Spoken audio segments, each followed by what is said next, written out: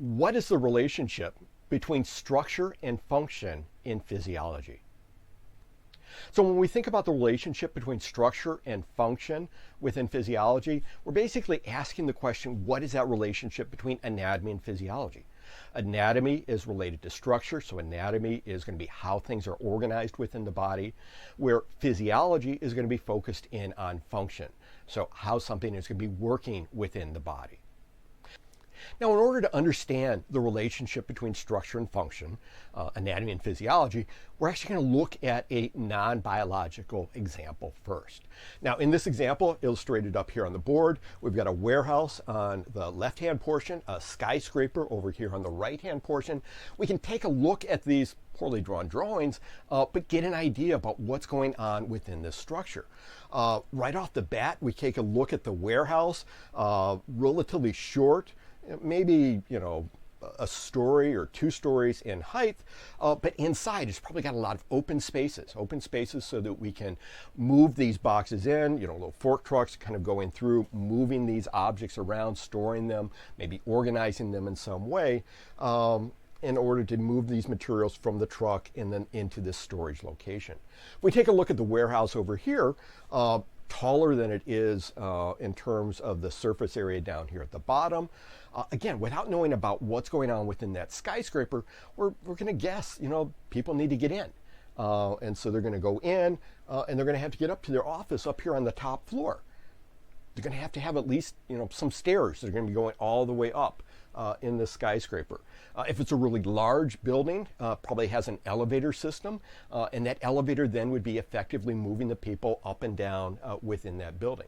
And so without understanding and knowing what's going on within these 2 different buildings, we can make some pretty good inferences about what the internal structure is going to be, and related to that, the internal function. Again, that relationship between structure and function. So in order to look at the relationship between structure and function in a biological realm, we're going to take a look at 3 regions of the body. We've got a blood vessel, we've got a small intestine, and we've got the outer surface of the skin. Now, with the blood vessel and the small intestine, we're basically looking at tubes within the body. And so those tubes are going to be lined by special types of cells that we'll talk about in other videos. But those tubes lined by cells are going to have a space within them. Scientifically speaking, that space is going to be referred to as a lumen.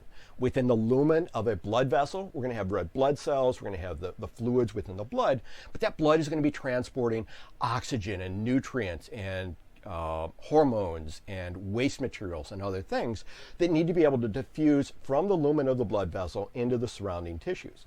And so for diffusion to occur, it needs to allow for short distances.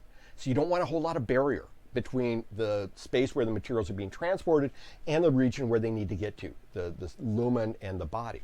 And so we're going to have a single layer of flat cells which are going to be present, still maintaining the integrity of the tube, so it's not going to leak, but it's going to allow for the diffusion of materials very easily across these simple cells.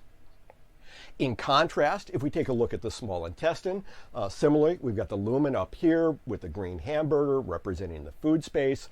Reality would have been chewed up and digested up until this point. But for those nutrients to be absorbed, for them to be moved from the food space within the inside of our intestine into the body proper, it's got to pass through these lining cells. But in order for it to pass through these cells, it has to be absorbed. And in many cases, it needs to be modified in some way. It needs to be transported across these cells. And so there's a whole lot more that is going on here than simple diffusion. And so we need these cells to be taller because we need to have space within them. We need to have structures within these cells that are going to be involved with the transport and potential modification of these food materials as they're moving from the food space into the body down here within the small intestine. Finally, the example down here is the outer surface of the skin. In this case, we've got the body down here towards the body. Up here is going to be the airspace, kind of outside of our body, kind of over here. When we take a look at this, ideally, we don't want a whole lot of things passing through our skin. We don't breathe through our skin. We under normal circumstances aren't going to kind of absorb things through our skin. So we need to have a protective barrier here. A lot of factors associated with that protection, but one of those factors is that we've got many, many layers of cells, and these cells are packed with a very hard form of protein that is going to make them very resistant. And so if we walk and we fall and we scrape our arm, we may slough off the upper layers of our skin, but ideally we're going to have more layers underneath, so we're not going to completely damage the skin if we were to injure it. And so again, that relationship between structure and function is illustrated by these different regions of the body and the different functions associated with it. If we want to have diffusion, we want to have thin, flat cells. If we want to modify the materials as they're being transported across the boundary, we need these taller cells, so we have the space for that. If we need a protective barrier around the outside, we need many layers of resistant cells to give us that outward protection. And again, that's that relationship between structure and function, the relationship between anatomy and physiology.